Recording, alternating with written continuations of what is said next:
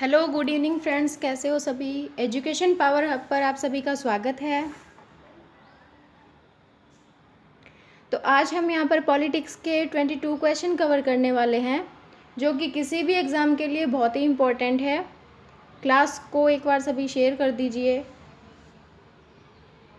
हाँ जी, एक बार शेयर कर दीजिए क्लास को सभी।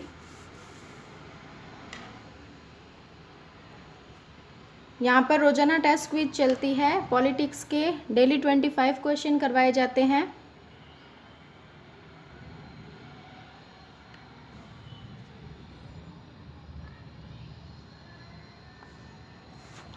चलो शुरू करते हैं आज की test quiz. Question number first है हमारा, वित्त आयोग का गठन कौन करता है। ऑप्शन आपके सामने है।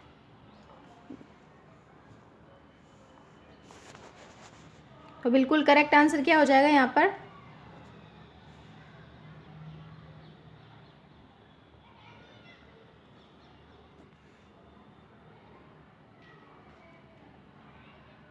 तो बिल्कुल डी यहाँ पर बिल्कुल करेक्ट आंसर है, यानी कि राष्ट्रपति। राष्ट्रपति जो है वो वित्त आयोग का गठन करता है और अनुच्छेद 280 के अंदर इसका उल्लेख किया गया है। नेक्स्ट क्वेश्चन, क्वेश्चन नंबर 2, प्रथम वित्त आयोग का गठन कब किया गया। कमेंट करके आंसर बताइए।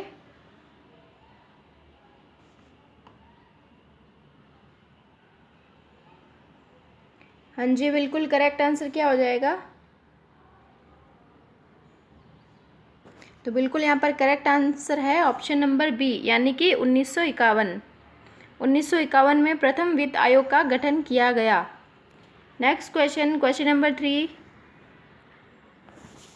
उच्चतम न्यायालय के मुख्य न्यायाधीश की सेवानिवृत्ति आयु कितनी है। बिल्कुल इजी सा सवाल है ये, तो आंसर सभी का आना चाहिए। तो बिल्कुल यहाँ पर करेक्ट आंसर क्या हो जाएगा। तो ए यहाँ पर बिल्कुल करेक्ट आंसर हो जाएगा, यानी कि 65 वर्ष। नेक्स्ट क्वेश्चन, क्वेश्चन नंबर 4, सर्वोच्च न्यायालय के प्रथम मुख्य न्यायाधीश कौन थे।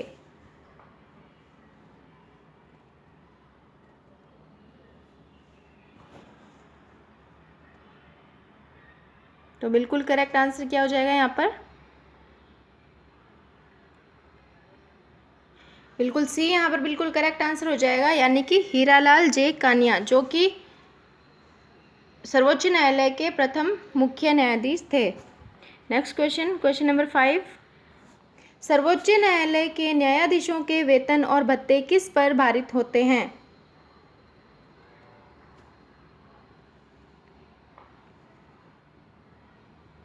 तो बिल्कुल यहाँ पर करेक्ट आंसर हो जाएगा ऑप्शन नंबर सी, यानी कि भारत की संचित निधि। नेक्स्ट क्वेश्चन, और ये किसके किसके अंतर्गत है। अनुच्छेद 266, याद रखेंगे आप सभी। अनुच्छेद 266 में इसका उल्लेख किया गया है। नेक्स्ट क्वेश्चन, क्वेश्चन नंबर 6, उच्चतम न्यायालय में अधिकतम कितने न्यायाधीश हो सकते हैं। तो बिल्कुल करेक्ट आंसर क्या हो जाएगा। इजी सा सवाल है, बिल्कुल इजी सवाल है ये। आंसर बताइए। तो बिल्कुल करेक्ट आंसर है इसका ऑप्शन नंबर बी, यानी कि 31।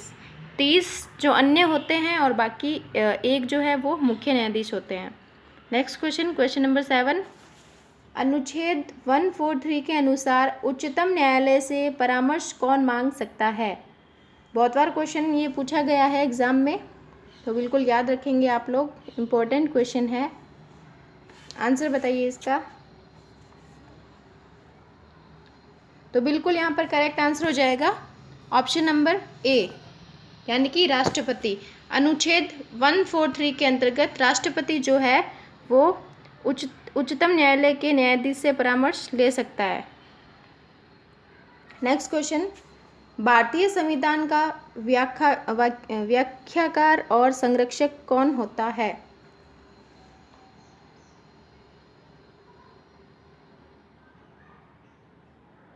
तो बिल्कुल इसका करेक्ट आंसर क्या हो जाएगा ऑप्शन नंबर डी यहाँ पर बिल्कुल करेक्ट आंसर है, सर्वोच्च न्यायालय। Next question, question number 9, Bharat के राष्ट्रपति और उपराष्ट्रपति दोनों का पद खाली हो तो कार्य कौन करेगा? ऑप्शन आपके सामने हैं, बिल्कुल इजी क्वेश्चन है, आंसर दीजिए इसका। तो बिल्कुल करेक्ट आंसर हो जाएगा यहाँ पर ऑप्शन नंबर सी, यानी कि सर्वोच्च न्यायालय का मुख्य न्यायाधीश। Next question, question number 10, Bharat के मुख्य न्यायाधीश कौन थे जिन्हें भारत के राष्ट्रपति के रूप में काम करने का भी अवसर प्राप्त हुआ था?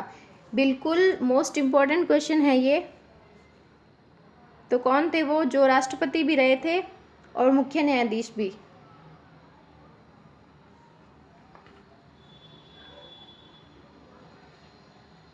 तो बिल्कुल करेक्ट आंसर यहाँ पर हो जाएगा option number D, M Hidayatullah. Next question, question number 11, सर्वोच्च न्यायालय के न्यायाधीशों की संख्या बढ़ाने का अधिकार किसके पास है? तो बिल्कुल करेक्ट आंसर क्या हो जाएगा यहाँ पर?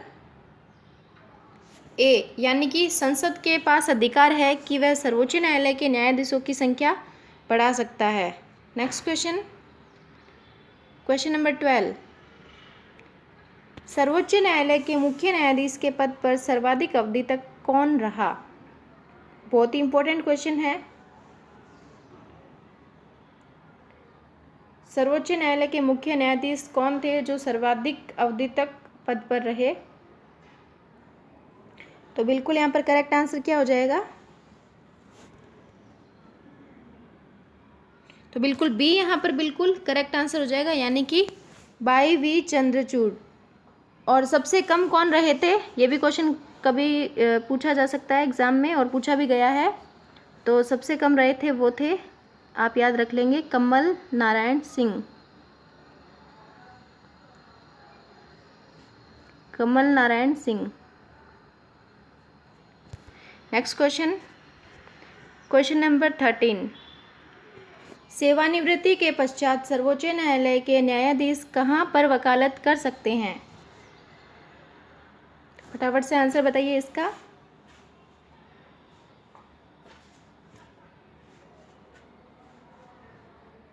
तो बिल्कुल करेक्ट आंसर क्या हो जाएगा यहाँ पर? तो बिल्कुल ऑप्शन नंबर डी यहाँ पर बिल्कुल करेक्ट आंसर हो जाएगा, किसी भी न्यायालय में नहीं, क्योंकि सेवानिवृत्ति के बाद वो किसी भी न्यायालय में वकालत नहीं कर सकते, यानी कि 65 वर्ष की आयु के बाद वो सेवानिवृत्त हो जाते हैं, रिटायर्ड हो जाते हैं। नेक्स्ट क्वेश्चन, क्वेश्चन नंबर 14, सर्वोच्च न्यायालय में न्यायिक कामकाज के लिए किस भाषा का प्रयोग किया जाता है? वेरी इंपॉर्टेंट क्वेश्चन, और ये सभी को आना चाहिए। तो आंसर दीजिए फटाफट, क्या हो जाएगा इसका राइट आंसर? तो बिल्कुल ऑप्शन नंबर बी यहाँ पर बिल्कुल करेक्ट आंसर है, अंग्रेजी। सर्वोच्च न्यायालय में न्यायिक कामकाज के लिए अंग्रेजी भाषा का ही प्रयोग किया जाता है। नेक्स्ट क्वेश्चन, क्वेश्चन नंबर 15, राष्ट्रपति और उपराष्ट्रपति के निर्वाचन के विवाद के मामलों को किसको प्रस्तुत किया जाता है? यदि राष्ट्रपति और उपराष्ट्रपति के निर्वाचन में किसी प्रकार का कोई विवाद होता है तो उसको किसके समक्ष प्रस्तुत किया जाता है? तो आंसर दीजिए फटाफट। तो बिल्कुल यहाँ पर राइट आंसर हो जाएगा ऑप्शन नंबर सी, भारत का उच्चतम न्यायालय। नेक्स्ट क्वेश्चन, क्वेश्चन नंबर 16, प्रारूप समिति के अध्यक्ष कौन थे? बिल्कुल इजी सा क्वेश्चन है और ये सभी को आना चाहिए, लड्डू सा सवाल है बिल्कुल। तो बिल्कुल सी यहाँ पर बिल्कुल करेक्ट आंसर हो जाएगा, भीमराव अंबेडकर। और साथ ही साथ आप ये भी याद रखिएगा कि प्रारूप समिति के अंदर कितने सदस्य थे? 7 सदस्य थे, याद रख लेंगे आप लोग। नेक्स्ट क्वेश्चन, क्वेश्चन नंबर 17, भारतीय संविधान को कब अंगीकृत किया गया था? Very important question. तो बिल्कुल यहाँ पर करेक्ट आंसर क्या होगा? सभी कमेंट करके बताइए आंसर इसका।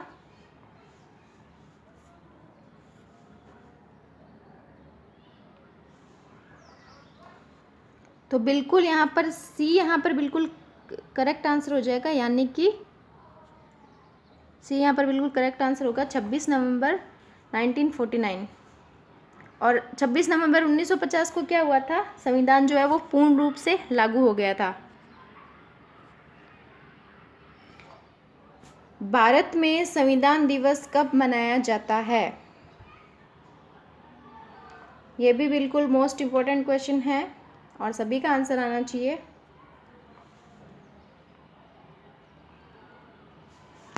तो बिल्कुल करेक्ट आंसर यहाँ पर क्या हो जाएगा हमारा,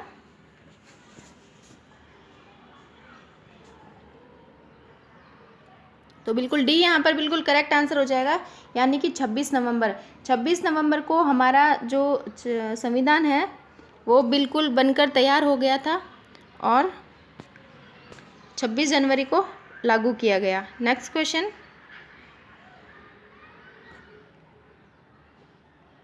भारत में संविधान दिवस कब मनाया जाता है?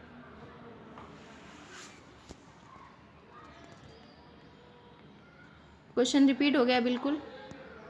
तो आप यहाँ पर साथ ही साथ ये भी याद रखिएगा कि पहली बार, मोस्ट इम्पोर्टेंट क्वेश्चन है कि पहली बार संविधान दिवस कब मनाया गया। तो आप याद रखेंगे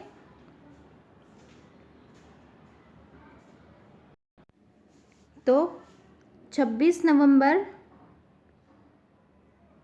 2015 को संविधान दिवस जो है वो पहली बार मनाया गया और भीमराव अंबेडकर की 125वीं जयंती पर यह मनाया गया पहली बार। तो नेक्स्ट क्वेश्चन, क्वेश्चन नंबर 19, भारतीय संविधान को किसने लिखा था?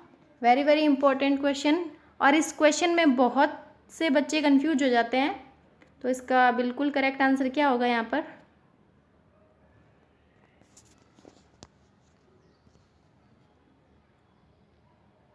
तो बिल्कुल यहाँ पर ए यहाँ पर बिल्कुल करेक्ट आंसर हो जाएगा, प्रेम बिहारी नारायण रायजाद। बिल्कुल इन्होंने, हमारा जो संविधान है वो बिल्कुल हाथ से लिखा हुआ है, किसी से प्रिंट नहीं किया हुआ है, बल्कि प्रेम बिहारी ने अपने हाथों से लिखा था।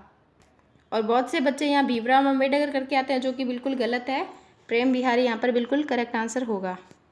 नेक्स्ट क्वेश्चन, क्वेश्चन नंबर 20, संविधान के पृष्ठों को सजाने का कार्य किसने किया था? तो ये भी क्वेश्चन कभी कभार एग्जाम में पूछ लिया जाता है। तो बिल्कुल इसका करेक्ट आंसर क्या होगा, तो बी यहाँ पर बिल्कुल करेक्ट आंसर हो जाएगा, यानी कि नंदलाल बोस। नेक्स्ट क्वेश्चन, तो बिल्कुल यहाँ पर हमारे 20 क्वेश्चंस कवर हो गए हैं। तो एक बार कमेंट करके ज़रूर बताइएगा क्वेश्चंस आपको कैसे लग रहे हैं, और सभी एक बार वीडियो को लाइक कर दीजिए, और सभी एक बार अपना अपना स्कोर ज़रूर बताइए। यहाँ पर रोज़ाना 8:30 बजे टेस्ट क्विज होती है, तो आप डेली क्लास लीजिए। आज के लिए बस इतना ही, मिलते हैं कल नेक्स्ट अगले वीडियो के साथ में। तब तक के लिए नमस्कार।